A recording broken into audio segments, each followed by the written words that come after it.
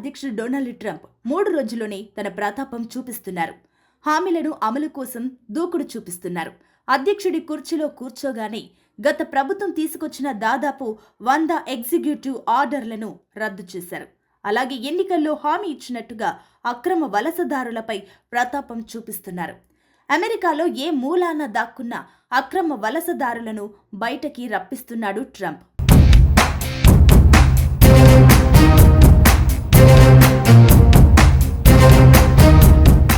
Donald Trump అక్రమ వలసదారులపై ఉక్కుపాదం మోపుతున్నాడు. అమెరికాలోకి అక్రమంగా ప్రవేశించాలనే ఆలోచన కూడా రాకుండా చేస్తున్నాడు ట్రంప్. ఇప్పటికే 538 మందిని అరెస్టు చేశారు.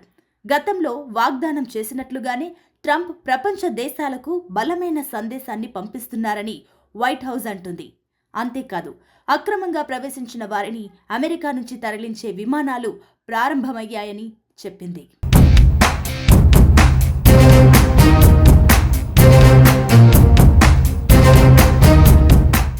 రోజుల్లోనే అమెరికాలో ఏకంగా 580 మంది అక్రమ వలసదారులను అదుపులోకి తీసుకున్నారు. మరో 373 మంది నిర్బంధించినట్లు తెలిపింది. వారిలో టెర్రరిస్ట్ ట్రైన్ డి అరగువా గ్యాంగ్కు చెందిన 4 సభ్యులు కూడా ఉన్నారు.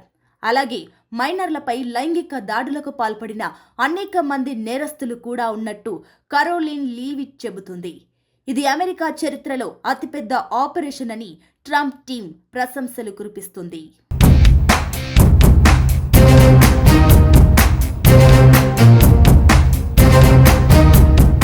అక్రమ వలసదారులను బంధించి మిలిటరీ విమానంలోకి ఎక్కిస్తున్న ఫోటోలను సోషల్ మీడియాలో షేర్ చేసింది. ఎన్నికల్లో ఇచ్చిన హామీని నిలబెట్టుకుంటున్నట్టు సోషల్ మీడియాలో పోస్టు చేసింది. అమెరికా 47వ అధ్యక్షుడిగా ప్రమాణ స్వీకారం చేసిన వెంటనే ట్రంప్ సోమవారం అమెరికా మెక్సికో బార్డర్ వద్ద ఎమర్జెన్సీని విధించారు. సరిహద్దు దగ్గర హింస, అక్రమ చొరబాటుదారులను నివారించే విషయంలో ట్రంప్ కఠినంగా వ్యవహరించబోతున్నారు.